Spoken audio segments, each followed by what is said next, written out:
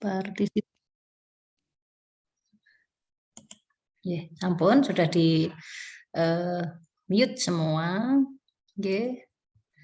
Baik, Bapak Ibu, Assalamualaikum warahmatullahi wabarakatuh. Alhamdulillah.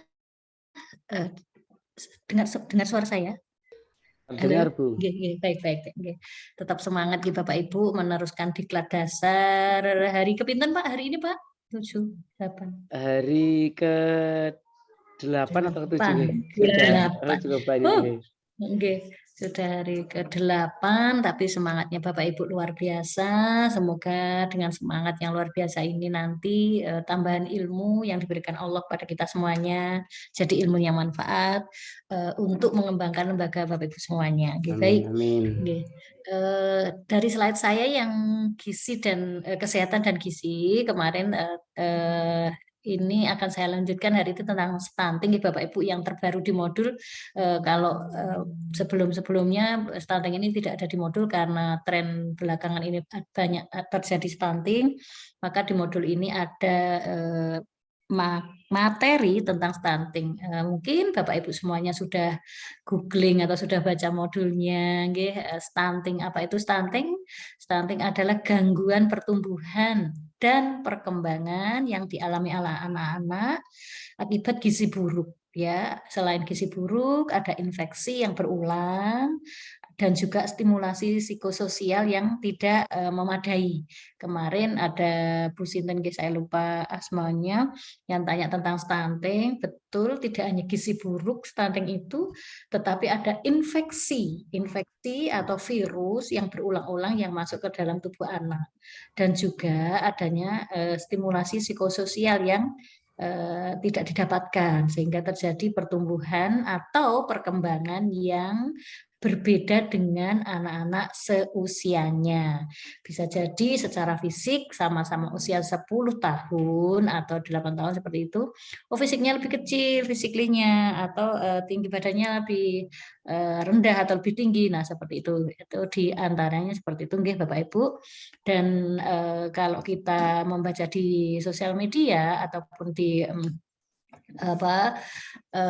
di Google katanya banyak sekali tentang stunting ini yang terjadi di negara kita tercinta, di daerah-daerah tertentu, sehingga kita sebagai pendidik PAUD setidaknya mempunyai andil di sini. Setidaknya jika di kelas kita mengamati ada pertumbuhan anak-anak yang kita didik tidak sesuai dengan tumbuh kembangnya sesuai usianya. Nah, itu menjadi catatan Bapak Ibu semuanya sehingga bisa dikonsultasikan dengan dinas kesehatan terkait.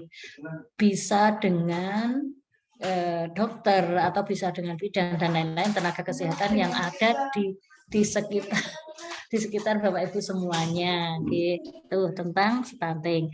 Baik, tentang stunting ada yang kurang jelas, bisa memberikan ini, atau ada yang bertanya tentang stunting atau punya pengalaman tentang mungkin di daerah Bapak Ibu ada yang kena stunting, atau kurang lebih seperti itu penjelasan saya tentang stunting, gitu.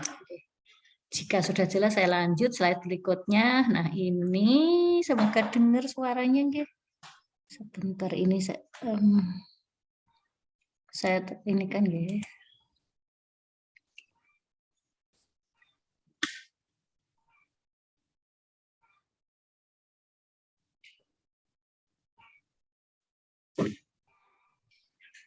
Ini cara pencegahan stunting ya Bapak Ibu. Ini di Halo Dokter.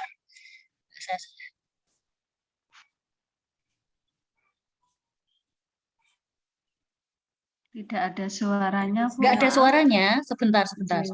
Saya hentikan dulu.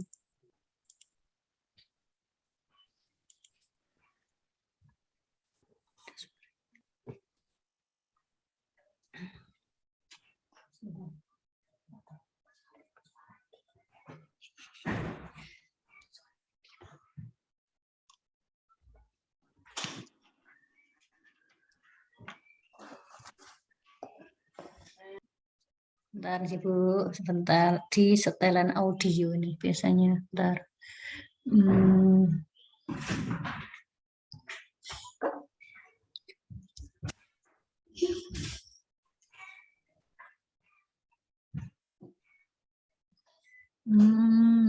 Bentar. Ini di mana ya? Ada suaranya.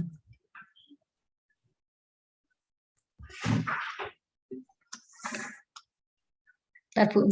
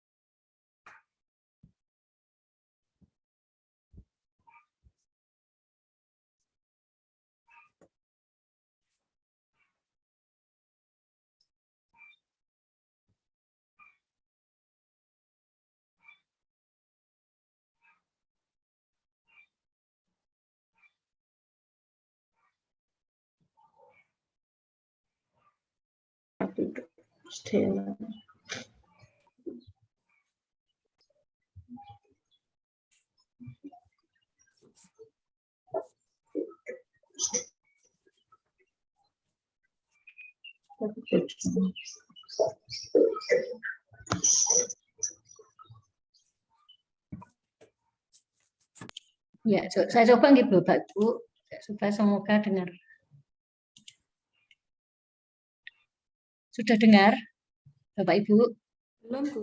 Belum, Bu. Belum, belum.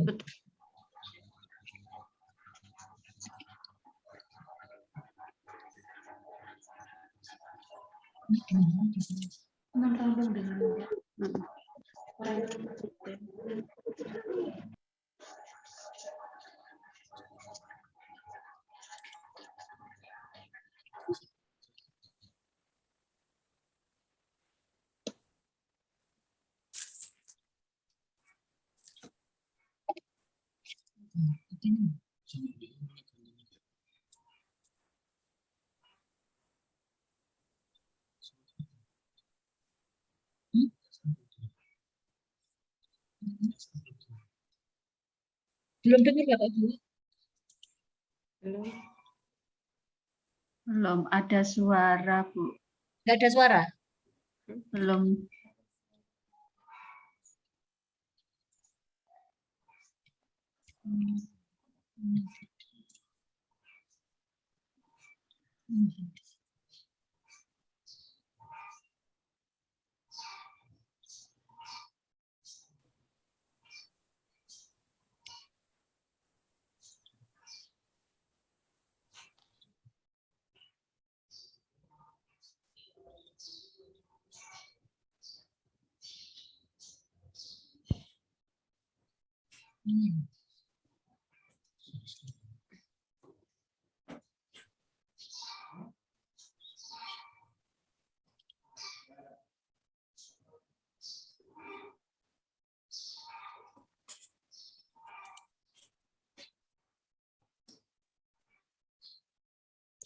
Iya.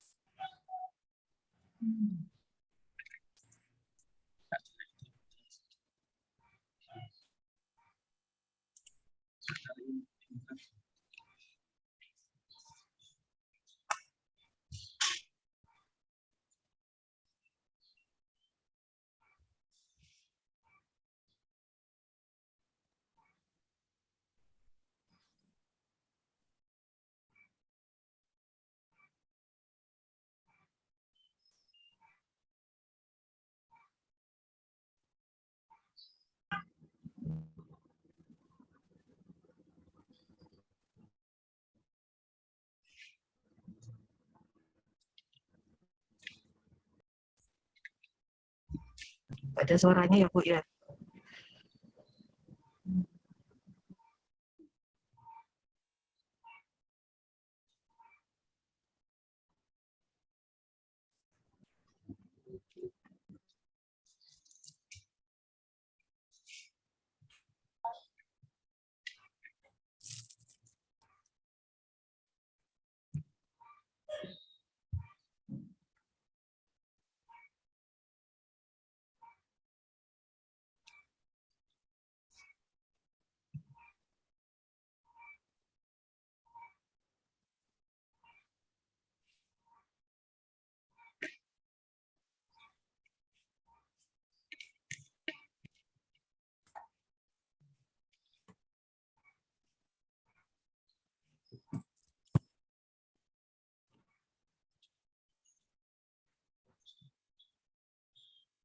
Oke, demikian informasi dari saya kali ini. Selanjutnya, mau bahas topik apa lagi nih Bun di Halo Dokter? Tuliskan saran Bunda di kolom komentar ya. Terus, kalau Bunda masih punya pertanyaan seputar kesehatan bayi dan anak, tanyakan ke dokter spesialis anak langsung di aplikasi Halo Dokter. Download aplikasinya di Play Store dan App Store. Terima kasih telah menyaksikan video ini. Jangan lupa untuk like, komen, share, dan subscribe. Sampai jumpa.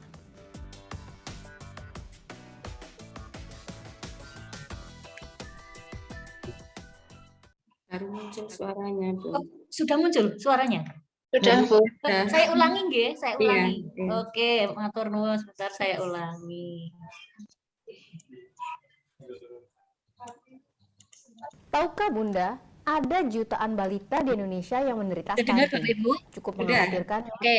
Jangan sampai jumlahnya meningkat. Yuk, cegah terjadinya stunting pada anak dengan cara berikut ini.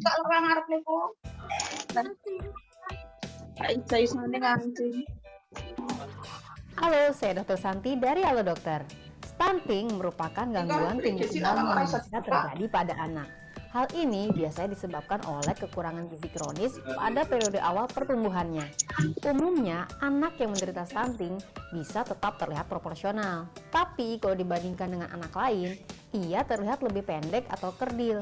Meski begitu, bukan berarti semua anak yang terlihat pendek itu mengalami stunting ya Bun. Seorang anak bisa dikatakan mengalami stunting jika menurut petugas kesehatan, pertumbuhannya berada di bawah standar kurva pertumbuhan WHO.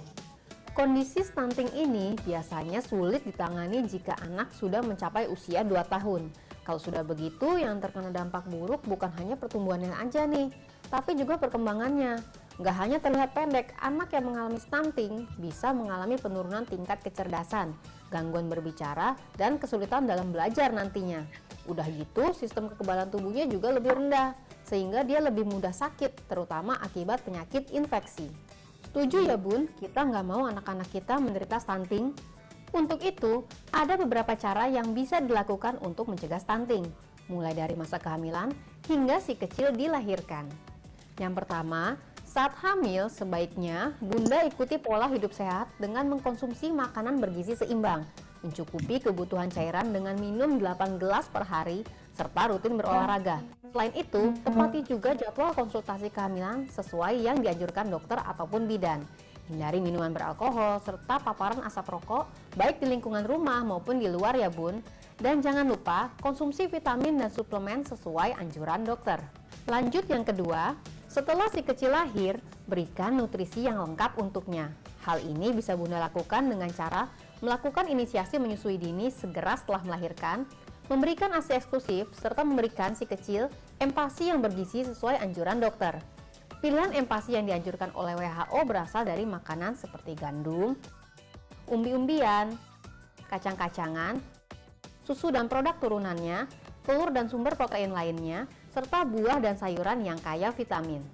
Kemudian yang ketiga, periksakan si kecil ke posyandu atau puskesmas secara rutin, agar kenaikan berat badan dan tinggi badannya bisa dipantau, dan kemudian dibandingkan dengan kurva pertumbuhan dari WHO. Untuk si kecil yang berusia di bawah 1 tahun, periksakan ia setiap bulan.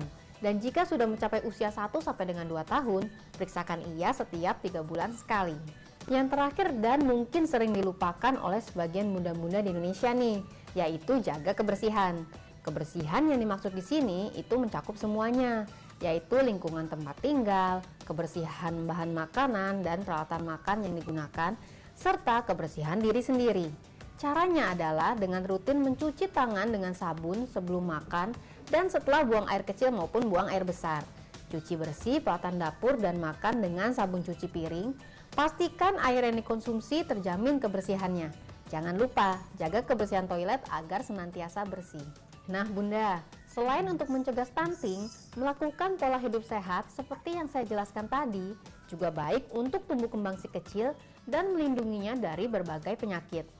Agar perlindungannya semakin lengkap, jangan lupa ajak si kecil untuk diimunisasi sesuai jadwal ya Bun. Waspadai jika Bunda melihat tanda-tanda stunting pada si kecil, seperti ia terlihat lebih pendek dari anak-anak seusianya atau tubuhnya terlihat kurus. Segera periksakan si kecil ke dokter jika muncul tanda-tanda tersebut ya Bun. Oke, demikian informasi dari saya kali ini. Selanjutnya, mau bahas topik apa lagi nih Bun di Halo Dokter? Tuliskan saran Bunda di kolom komentar ya. Terus kalau Bunda masih punya pertanyaan seputar kesehatan bayi dan anak, tanyakan ke dokter spesialis anak langsung di aplikasi Halo Dokter. Download aplikasinya di Play Store dan App Store. Terima kasih telah menyaksikan video ini. Jangan lupa untuk like, komen, share, dan subscribe. Sampai jumpa.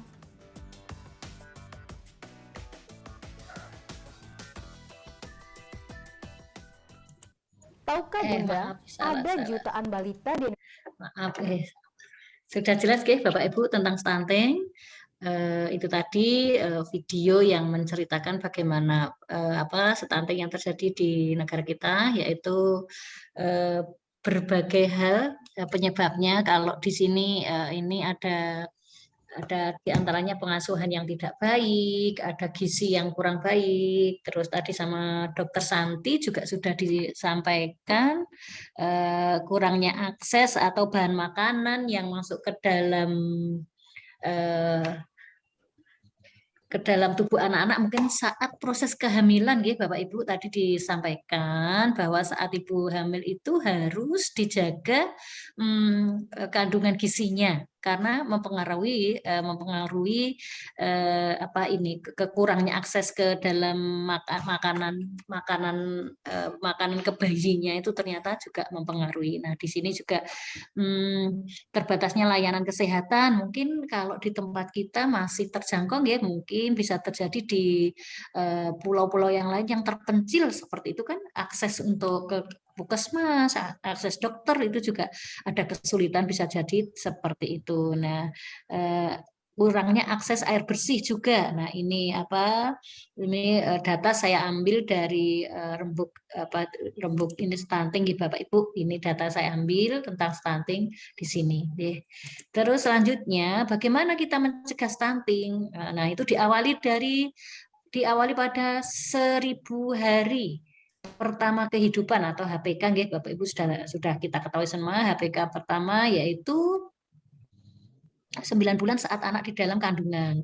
Tadi disampaikan bagaimana saat kita menjaga kehamilan saat ibu-ibu hamil itu dijaga semuanya, psikologisnya, makanannya, lingkungannya, semua itu karena nanti akan mempengaruhi ke tumbuh dan kembangnya janin di dalam kandungan seorang ibu. Nah, ini terus ini 730 hari atau 2 tahun pertama setelah lahir anak-anak juga harus dipantau tumbuh kembangnya, distimulasi dengan kebaikan-kebaikan oleh orang dewasa yang ada di sekitarnya. Nah, 1000 hari pertama kehidupan. Nah, ini data ada juga 8 minggu pertama kehamilan. Nah, ini awal-awal 8 minggu itu bisa jadi sekitar berapa ya?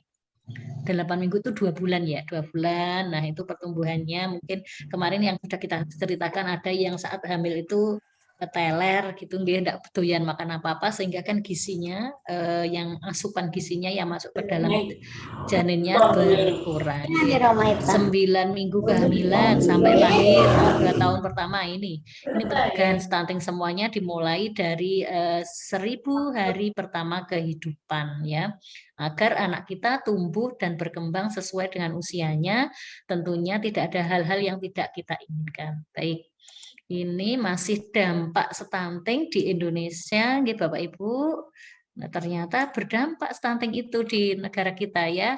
Stunting adalah masalah gizi. Tadi sudah nggih, masalah gizi kegagalan seorang anak itu tumbuh dan berkembangnya nanti kalau kurang optimal sehingga anak itu bisa terlalu pendek seperti ini atau apa catatan-catatan kesehatan fisik yang lainnya. Nah, ini sehingga dampak ini akan mempengaruhi gagal tumbuh kembangnya, berat badannya mungkin rendah atau kecil, pendek, kurus dan lain-lain. Hambatan perkembangannya bisa ada 6 aspek perkembangan, bisa kognitifnya, fisik motoriknya, bisa bahasanya, bisa seninya dan lain-lain. Ada 6 aspek dalam kehidupan anak-anak itu bisa terganggu semuanya. Gangguan metabolik, nah ini saat dewasa mungkin resikonya terjadi penyakit-penyakit menular. Nah seperti itu kan bisa jadi ini ternyata sangat berdampak terhadap dampak ekonomi pun ada dampak kesehatan, dampak pertumbuhan penduduknya, dampak ekonomi semua terpengaruh oleh adanya stunting ini Bapak Ibu. Baik. Terus selanjutnya oke, terus ini. Nah,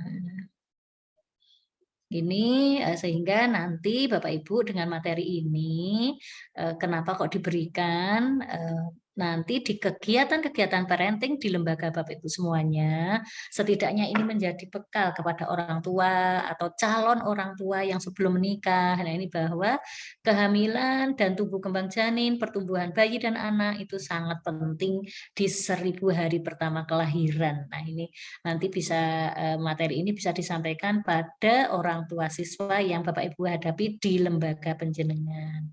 Baik, sebelum saya lanjutkan ke perlindungan anak di layanan PAUD, Bapak Ibu ada yang mau bertanya tentang stunting? Ada pengalaman mungkin? Monggo, di Wonosobo mungkin ada pengalaman Bapak Ibu semuanya atau sudah jelas? Oke. Dikit Bu, saya Boleh. mungkin.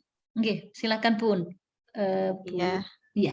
Silakan Bu Yuyun. Ya, silakan Bu tentang stunting gitu. Iya, mungkin sedikit curhat saja di stunting ini ada beberapa kendala di desa kami mungkin karena lokus ya memang di desa kami itu lokus stunting. Di situ bukan hanya anaknya tapi kita sulit untuk merubah mindset orang tuanya. Yang sulit itu merubah mindset orang tuanya. Iya. Mungkin yang seharusnya ASI eksklusif itu sampai berapa? 6 ya, bulan. 2 tahun, 6 bulan. Tahun. Nah, mereka itu sudah memberikan makanan tambahan. Kadang 2-3 bulan, iya. Kadang 2-3 bulan sudah diberikan makanan tambahan. Padahal ketika nanti mungkin pada waktu itu mereka anak-anak itu balita itu bisa bertumbuh dengan cepat sekali, tapi ketika nanti udah berumur 2-4 tahun justru mereka nanti akan turun berat badan, mengalami gangguan ya Bun. Iya, biasanya seperti itu. Namun untuk perkembangan pun kadang ada yang lambat, ada juga yang memang sesuai dengan usianya. Nah, cara merubah mindset yang kami masih sangat kesulitan, biarpun mungkin dari beberapa pihak desa melakukan sosialisasi, ya penyuluhan sosialisasi, bahkan itu pun sudah sampai per pokbang di posyandu ya Bu, mungkin seperti itu, tapi mereka masih sulit ya Bun. Masih ya sulit. Itu tadi masih sulit sekali ya. Oke, baik-baik Bu Yuyun ya. Karena memang nyun sewu ya Bun, latar belakang pendidikan itu mempengaruhi pola pikir itu penting ya, betul SDM ya.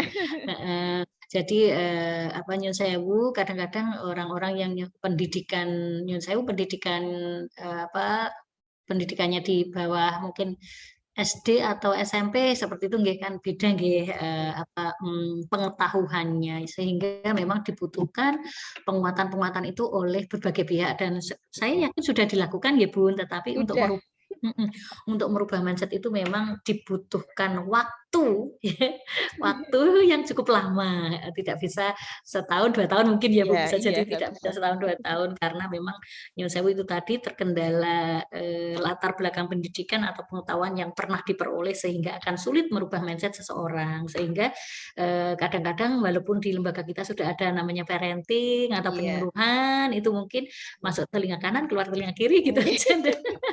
Alah apa Bu itu mungkin bisa jadi seperti itu, tapi kita sebagai pendidik tidak boleh lelah Bu, tidak boleh lelah terus menyampaikan jika Bapak Ibu mau anaknya seperti itu monggo, pilihan.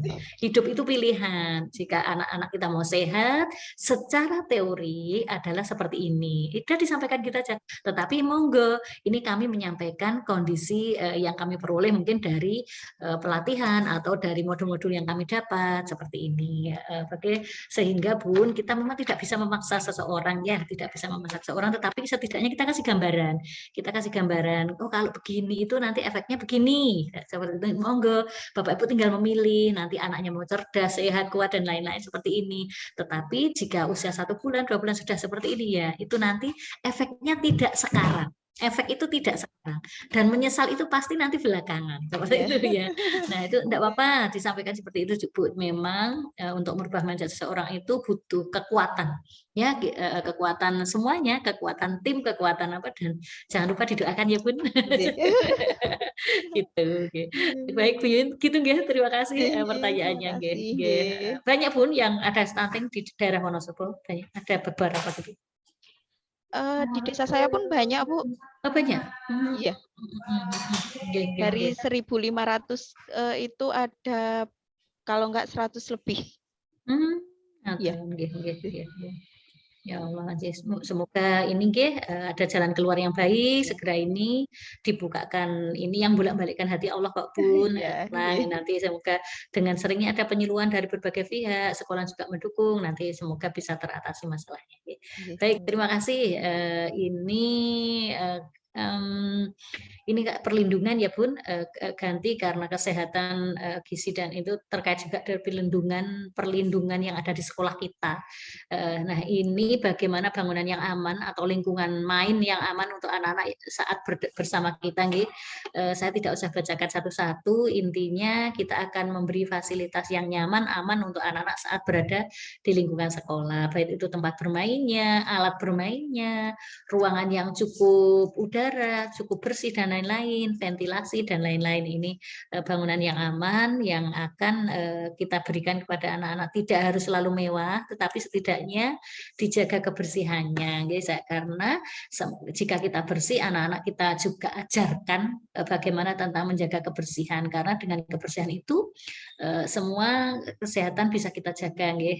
Nah ini atapnya tidak bocor tentunya ya Bun. Mungkin jika ada atap yang mulai ini kita perhatikan, intinya kita jaga keamanan bangunan yang ada di sekitar kita.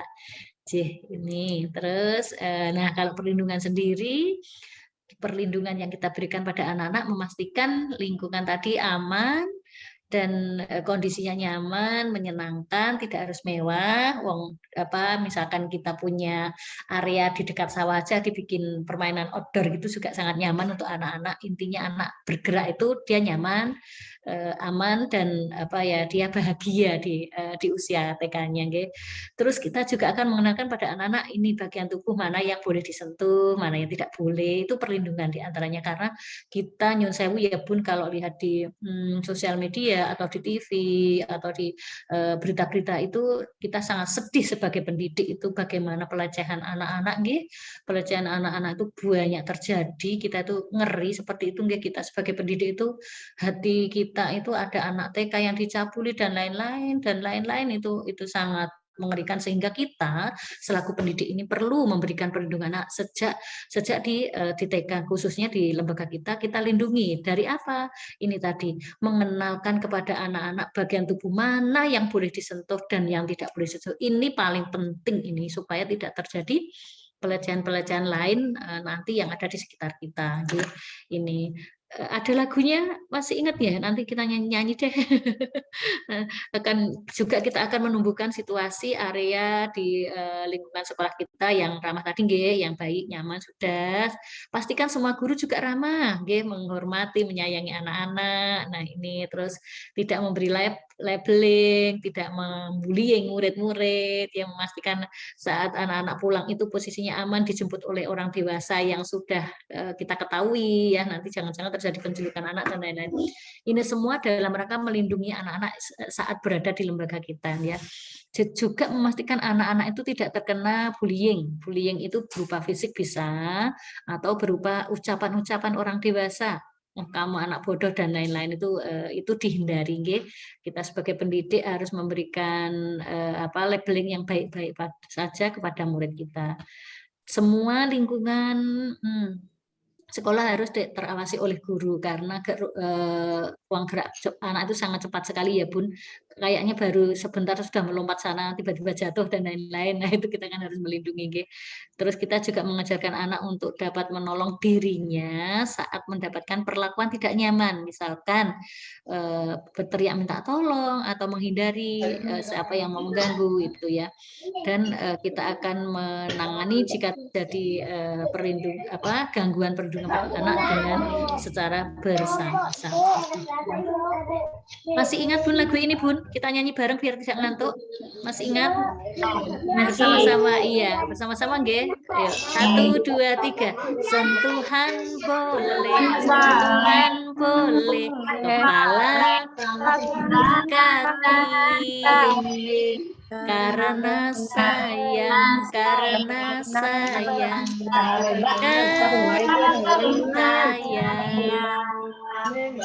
Tuhan tidak boleh, Tuhan tidak boleh yang tertutup baju dalam.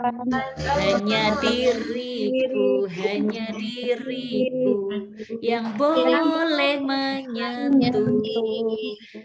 Sentuhan tidak boleh, Tuhan tidak boleh yang tutup baju dalam. Katakan tidak boleh, lebih baik menghindar. Bilang ayah ibu. Biasanya teman-teman ngasih lagu ini pada tema apa? Diri sendiri, lingkungan boleh.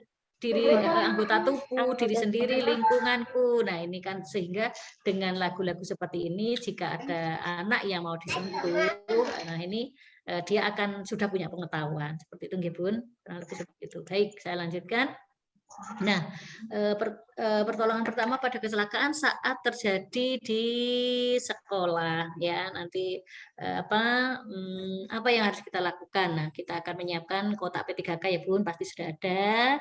Dicek kotak 3K-nya jangan ada obat-obat yang kadaluarsa, nggih. Nah, tempat Bapak Ibu semua kan dapat BOP nggih. Nah, itu kan bisa sebagian dibelikan untuk kotak P3K ini nggih. Terus dibuat daftar riwayat kesehatan anak ini ya, masing-masing kelas punya riwayatnya sehingga tidak sulit-sulit kolomnya, yang mudah saja, yang penting bisa dipantau. Juga bekerjasama dengan instansi layanan kesehatan. Kalau yang terdekat puskesmas ya Bun, kalau di tempat ini puskesmas yang terdekat-dekat itu. Terus selanjutnya ini isi kotaknya Bunda, ini disesuaikan. Ada obat merah, biasanya yang mudah terbentur itu apa ya anak-anak itu obatnya, misalkan betadin, ada betadin atau itu Bun biar tidak melengkung, biar tidak melengkung ya Pak itu. Nah itu harus iya, ini kurang lebih seperti itu. Ini fleksibel saja, disesuaikan dengan kondisi. Nah ini jika terjadi kecelakaan awal di sekolah kita, apa yang harus kita lakukan? Nah, ini kita memberikan penjelasan pada anak tentang bahaya yang ada di sekitarnya, sehingga harus hati-hati saat bermain. Nah, seperti itu, nggih. Jika terjadi anak-anak usia yang seperti ini terguling, lah ini bayi, misalkan bayi 6 sampai 12 bulan, apa yang kita lakukan misalkan. Nah, ini kita yang jelas saat menangani kecelakaan awal pada usia anak-anak baik dari 0 bulan sampai yang kita asuh itu 6 tahun, kita yang pertama harus tenang dulu. Tidak boleh panik, intinya kita tenang dulu, nanti kita dekap dulu murid anak kita sehingga dia nyaman. Nah, sehingga saat mengobati pun anak-anak tidak histeris, teriak, nangis-nangis gitu. Itu tipsnya yang kita lakukan. Terus ini, jika terjadi kecelakaan ringan ataupun berat itu, kita akan menyiapkan lingkungan yang aman tadi sudah, kamar mandi yang aman, tempat tidur ini karena ada pengasuhan ya Bun. Di modul ini ada pengasuhan juga dari usia 0 soalnya modulnya. Siapa tahu di tempat Bapak Ibu ada TPA-nya seperti itu. Ini kita akan diskusi tentang kesehatan gizi. Nah, kayaknya materi saya sudah selesai, sekarang ganti ke pengasuhan. Nah, ini yang stunting ya, ini Pur. Ini ya. Ya. Yang kita hadapi usia TK saja. Kita diskusi tentang pengasuhan, stimulasi positifnya di usia TK ini. Lahir berarti kita yang usia ini aja. Saya lanjut usia berapa TK ya? Kita usia ini enggak usah Bun ya. Oke. Kesimpulan saya dari materi kemarin Bapak Ibu semuanya, kesehatan dan gizi itu adalah kebutuhan yang sangat esensial yang harus kita berikan kepada anak-anak kita yang ada di sekitarnya, ya. Sangat esensial kesehatan.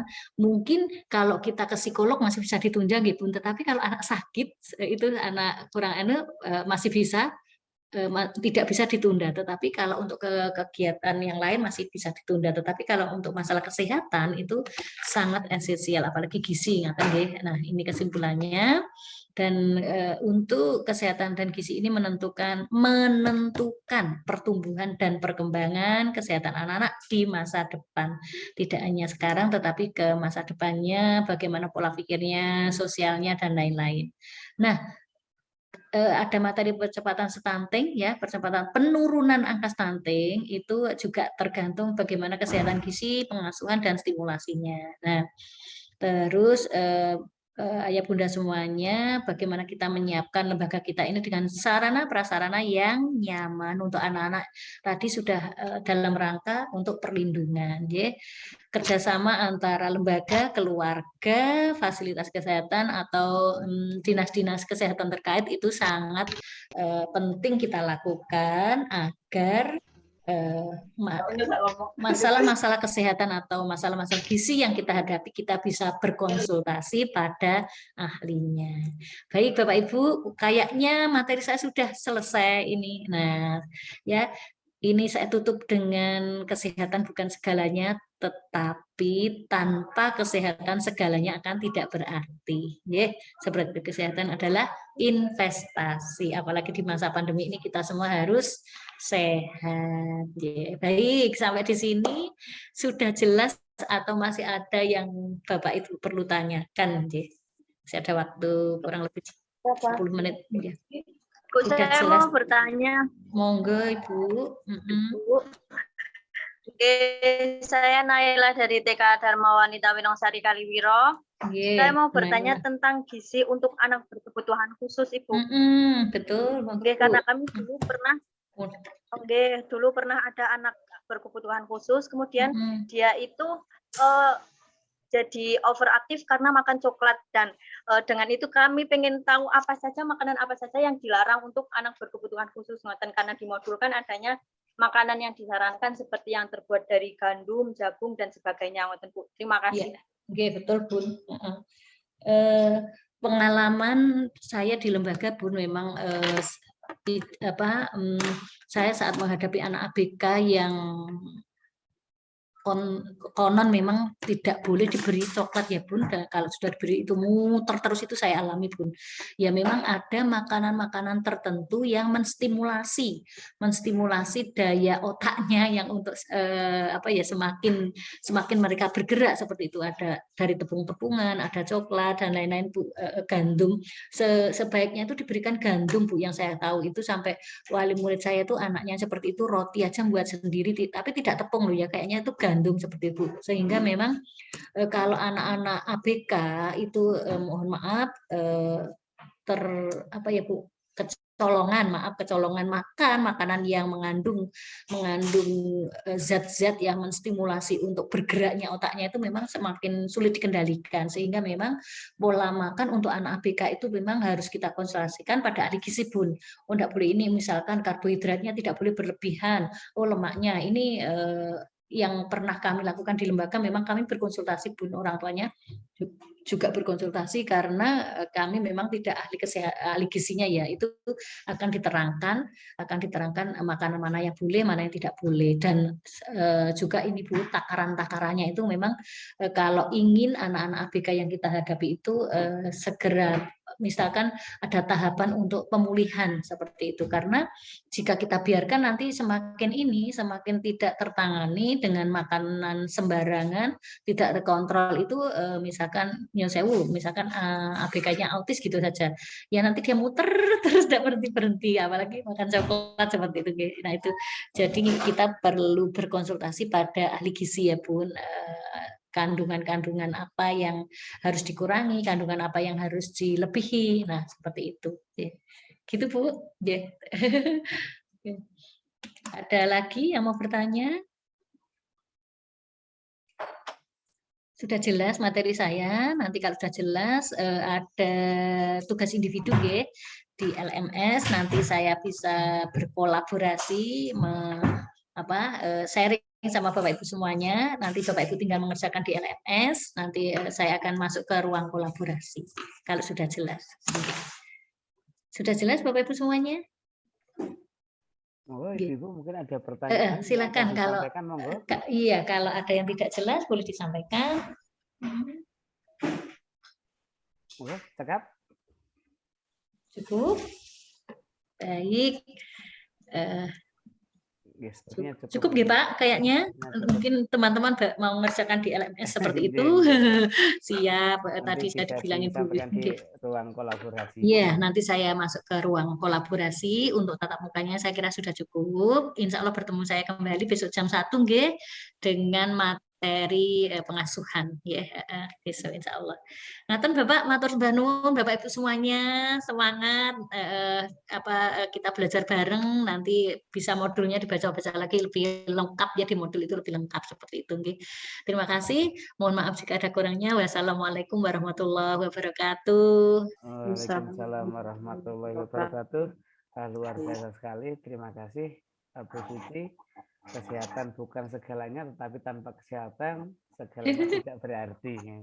Iya, Pak. Dan semoga Allah selalu melimpahkan kesehatan kepada Bu Suci dan juga kepada kita semua. Baiklah, Ibu yang dirahmati Allah, demikian untuk tatap muka virtual kita pada hari ini. Semoga bermanfaat bagi kita semuanya dan menambah pengetahuan kita. Tentunya bahwa di pendidikan anak usia dini ini tidak hanya berkembang saja, tapi juga termasuk tumbuh. Nah, tumbuh ini juga termasuk di dalamnya ada dan lain sebagainya, kesehatan. Sehingga semoga dengan materi ini semakin menambah wawasan kita untuk memberikan pelayanan yang terbaik untuk anak-anak kita. Terima kasih teman-teman semuanya. Sampai jumpa besok siang jam 1. Ayolah kita tutup dengan membaca hamdalah bersama-sama. Alhamdulillahirrahmanirrahim. Amin. Kami selaku moderator mungkin banyak kesalahan, kami mohon maaf yang sebesar-besarnya. Saya Eri, Fastabiqul Khairat. Wassalamualaikum warahmatullahi wabarakatuh. Waalaikumsalam warahmatullahi wabarakatuh. Baik, izin li Bapak Ibu nggih. Saya nanti masuk ruang kolaborasi.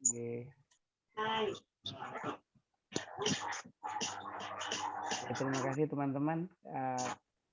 mohon izin untuk menutup. Masih banyak, Is. Panas soalnya, Pak. Oke. Oke, matur nuwun.